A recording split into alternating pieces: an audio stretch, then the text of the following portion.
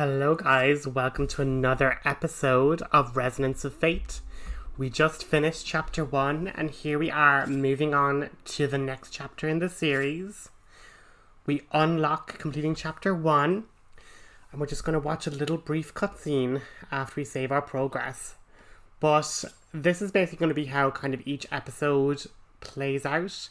We're going to have just a breakthrough of some of the main quests, where to get them, how to do them. But yeah, I'm gonna not interrupt this cutscene. It's pretty funny. So you think that's why there's been so much guard work? That's a good guess. Where's Leanne? The bath. Aren't you a sweet young thing? Not getting cold feet, I hope. Whatever are you thinking? Another monster about to strike. There's a lot of that going around. Oh, you scoundrel, you. Oh, something always happens just when things start getting good. A monster here? It's just so silly.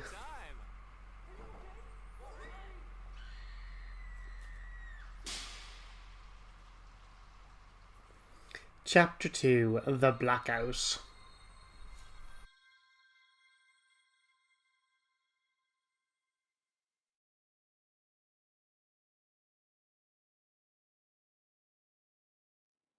Come on, get your ass up here. What?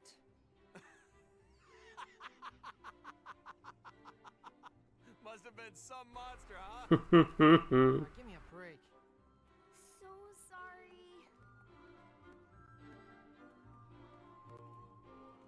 You see anything? Funny. I was about to ask you the same thing. I didn't see a thing, okay? Too small for a good look, huh? What too small? You're a rack. Koallop. Not a single light.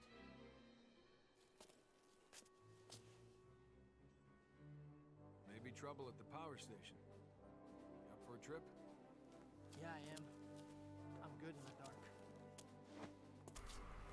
Why is Leanne in high heels in her loungewear? You didn't see anything, right, Zephyr? He's good in the dark.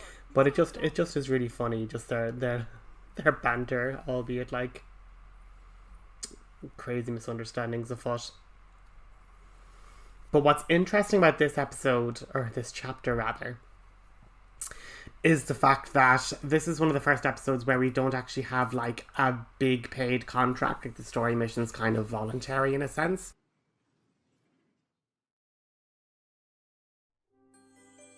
But what is important to remember is that, each chapter is basically taking up the same kind of routine. You're going to start your chapter, you're going to go to the guild, you're going to collect your first batch of quests. And typically I try and just do them before advancing the story, just to get them out of the way, get a bit of extra levels, get a bit of extra money, get a bit of extra nice gun accessories, things like that.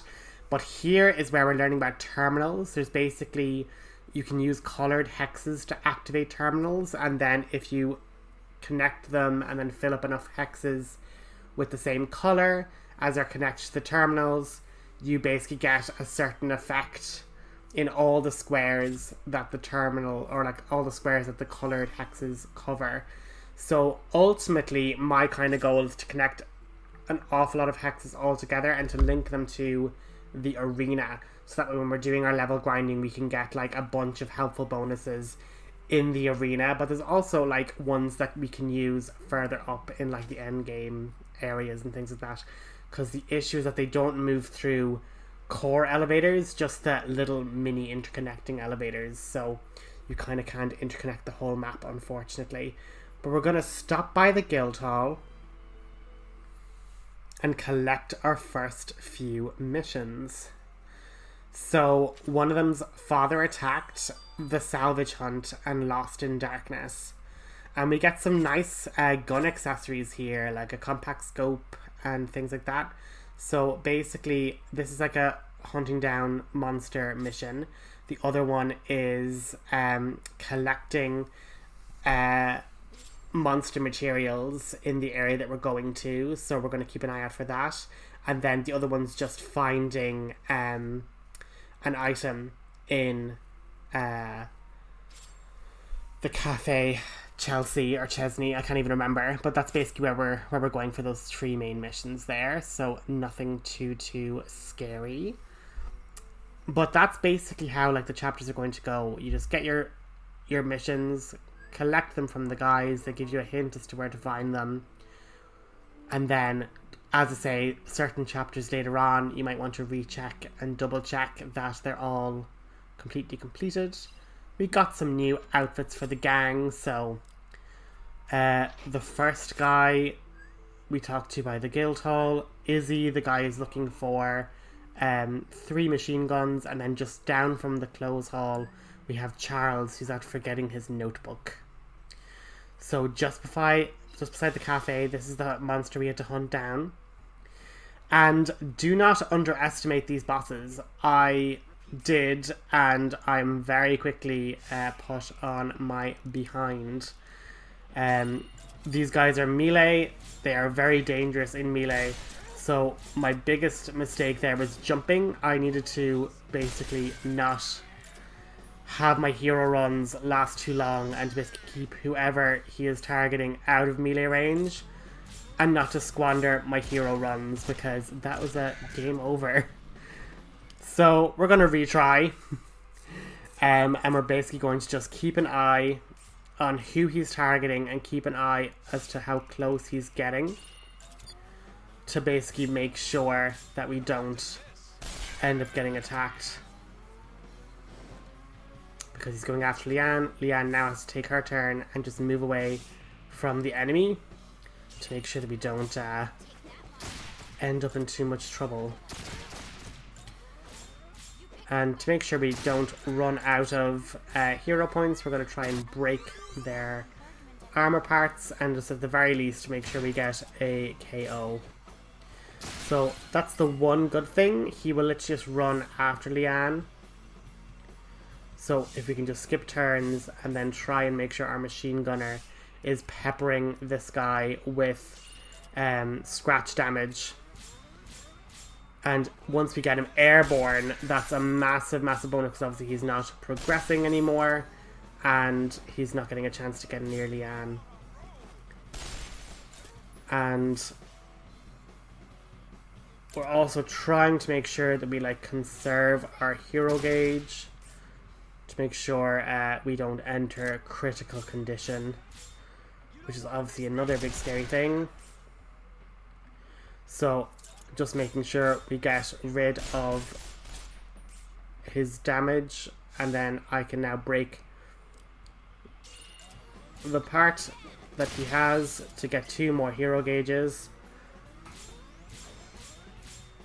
And I also broke a gauge, so that got us loads more extra points, and we got a stun, so he's not able to actually attack Vacheron. So again, skipping turns, he's attacking Vacheron.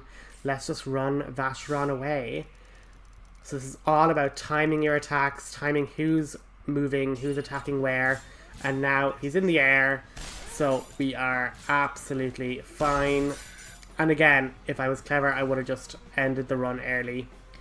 But here he goes, running after Vacheron, so literally just attack away. And like, poor Zephyr's not getting any sort of a turn, but if we just charge up another big attack here, scratch damage, get a level up for Vacheron, get a ton of scratch damage on this enemy. Ooh, and his skill of full scratch is like absolutely amazing. It's like if he manages to trigger it, they just get automatically max damage there. And so just letting Zephyr finally have a turn, getting a level up, and that is the mission completed for our guy at the guild. So once we defeat this boss, we get the fountain pen, and we can return to drop off that quest reward straight away. Job done. But before we wander back, we're going to just pop into Cafe Chelsea. And in Cafe Chelsea, what we end up getting is your man's journal. Now, I do have to apologise. because I ended up mistakenly collecting it without my recording working. So just to let you guys know, if you go into Cafe Chesley, if you head over to this little like put up stool table here, there will be the item like glowy thing, and you just collect it there, and you run back to the street, and you can find him here during the day, and you can drop back the notebook to him there. And you get a useful accessory like an armor for barrier padding, which is very good. Now, when you're going to the main quest,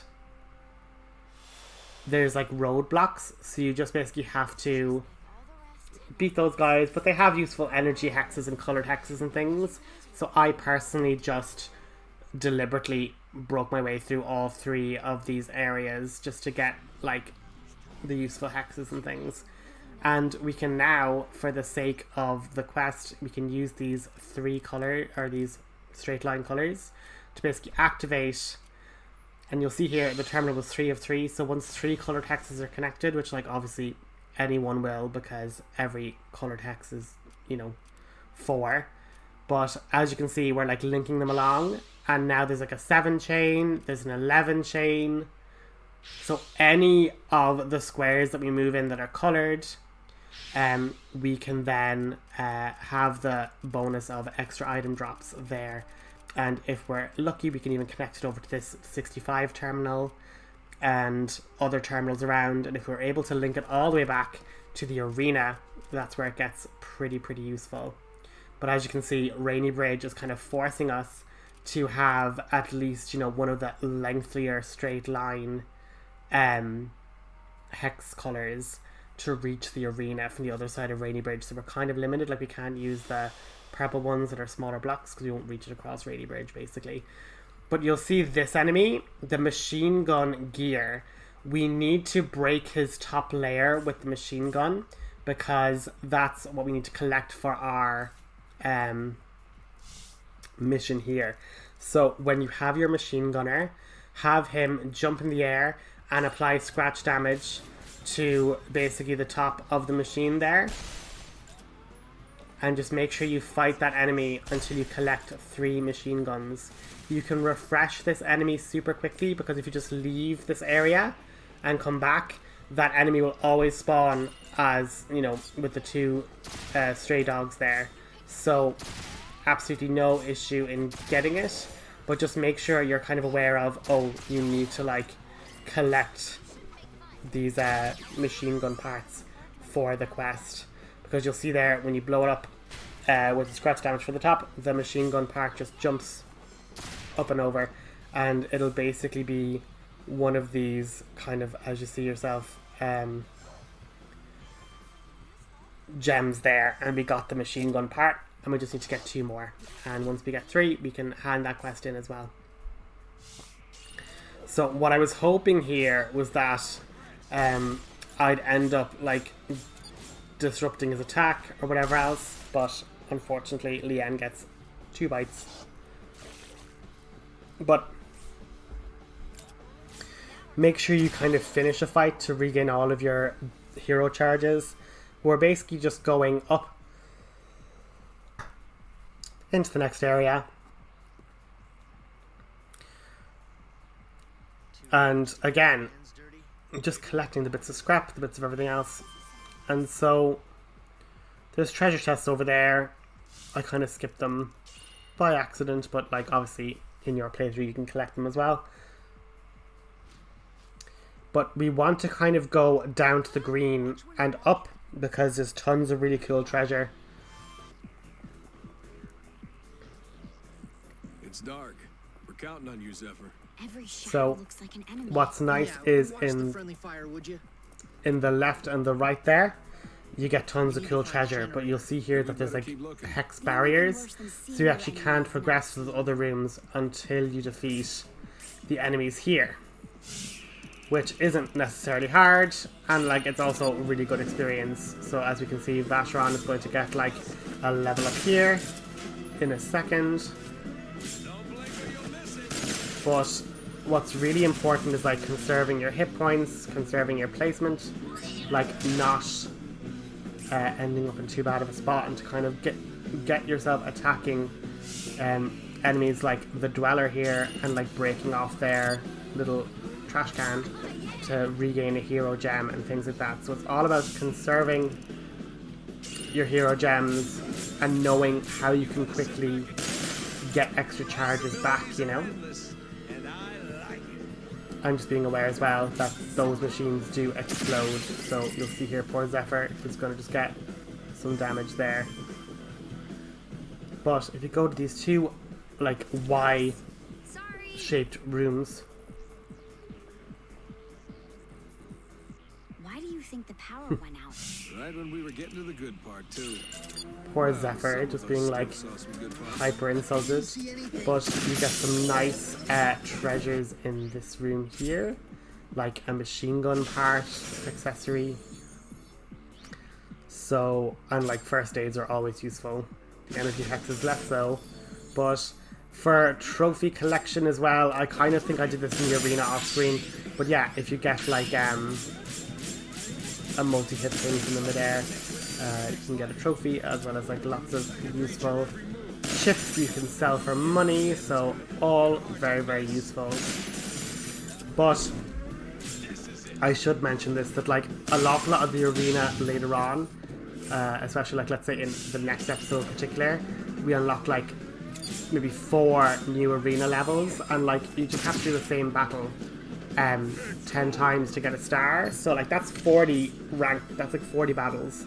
So I'm not necessarily showing that in the episodes, I'm cutting them out, but just so you're aware, like 100% of the time the order of events are: do side quests when available. Once the side quests are done, do the arena, and then once the arena's done, battle the main quest of the game. And another thing I'm going to do, and like I'm debating whether I'll show it in the next episode, but like fill up the map as much as possible, especially if you're like grinding out the arena.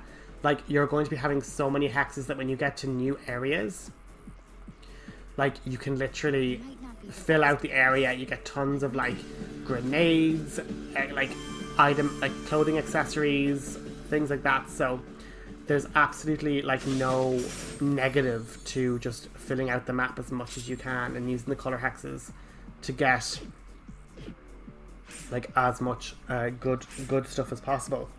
Now we are after equipping our metal coated rounds because they do more damage to machines, and the boss fight this time round is against this big electrical turtle who has obviously been siphoning away all the power.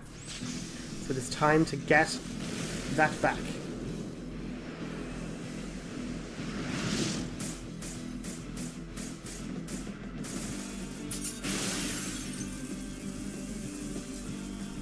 This'll be good practice for Zephyr. So we're going to just use our hero gauge.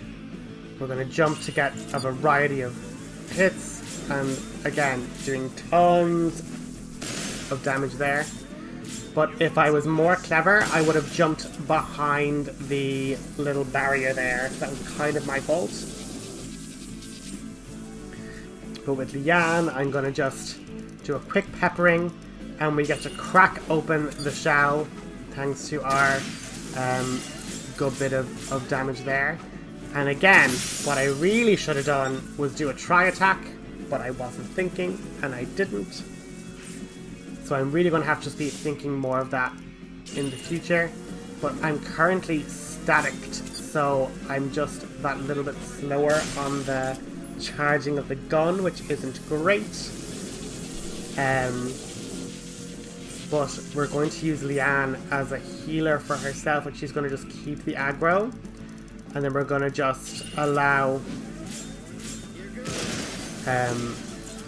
Vacheron to kind of heal on his own, but then Liane just keeps the aggro on herself, so Vacheron doesn't have any issues with his slow charge and stuff.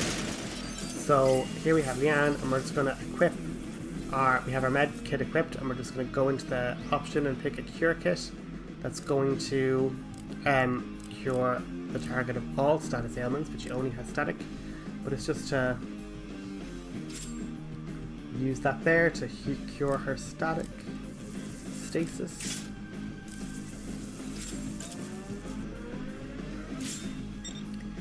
But the main thing is that Vacheron has his hollow, like his machine bullets.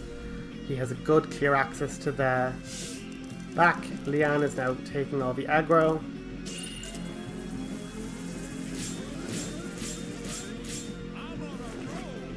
And once we can just keep it on her, we're going to be a-okay. So Leanne's looking low on health, so we're just going to get our first aid that we've been collecting through all our different hexes. And even when she's staticked, she still has the time to completely heal herself up.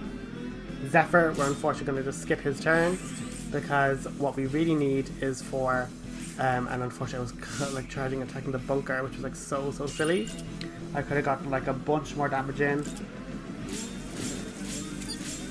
But once again, no issue. We'll just leave Leanne here to take the damage and the status.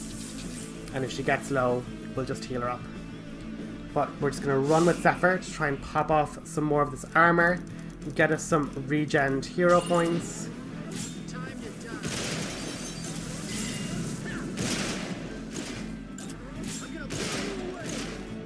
So now Zephyr's after taking the brunt of the aggro there.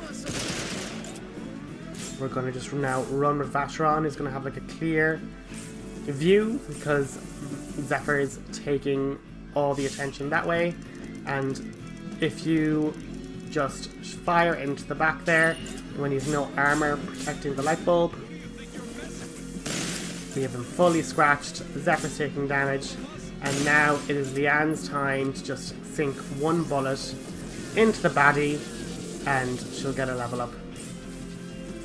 So we just have to make sure we angle her that she's running behind the baddie. But he then turns, but luckily, because you're in the air, we managed to get the KO. And we get another bezel shard, and we are nearly up to 4 hero points. So we fix up the power. We're going to head back and we're going to drop off the collected items and make sure you talk to the guy outside the guild and drop off his quest. But with all those quests given back and the main quest done, that's kind of the episode finished. We also have the arena obviously maxed out to its max 10 stars, so that's pretty great. We can use the quest reward money to like buy some more clothes if we should wish. It may be dark down here, but chandeliers as bright as ever. It's beautiful, isn't it?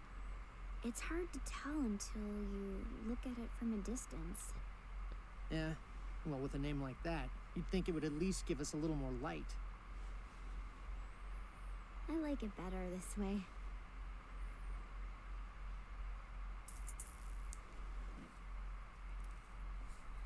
Hey! All done! Saddle up! Time to go! Hurry up, Zephyr! We're gonna leave you here!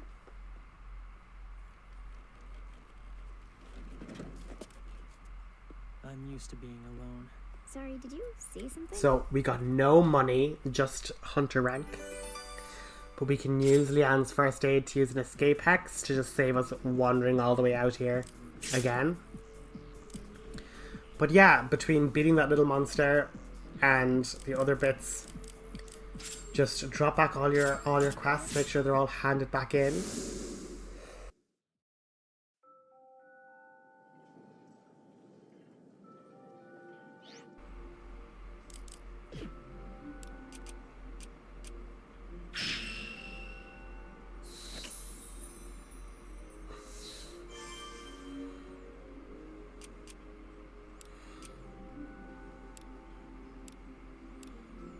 So talk to this guy to hand in your machine gun parts. Talk to the guy by the guild to hand back his like fountain pen. And that's all of the quests done and dusted. And then you should have a reward here from the guild, and they give you your own kind of little bonuses as well. So that's also why it's super useful. And we'll just watch a closing cutscene for the episode. But that's gonna be this episode done pretty much. Thanks for watching. I thought I might find you here. Could you leave us alone? I promise I won't be long. Of course. I won't let those deaths be in vain. I'll remake the world as she wanted it to be.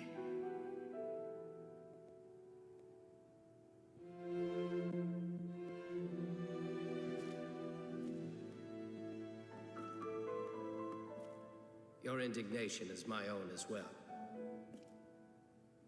It may, in fact, be the only thing we share. How can a machine rule our lives? How have we fallen so low? Once men built a giant tower and were struck down for their insolence. But we face no God, only a machine. This is a challenge. Let us not fail in meeting it.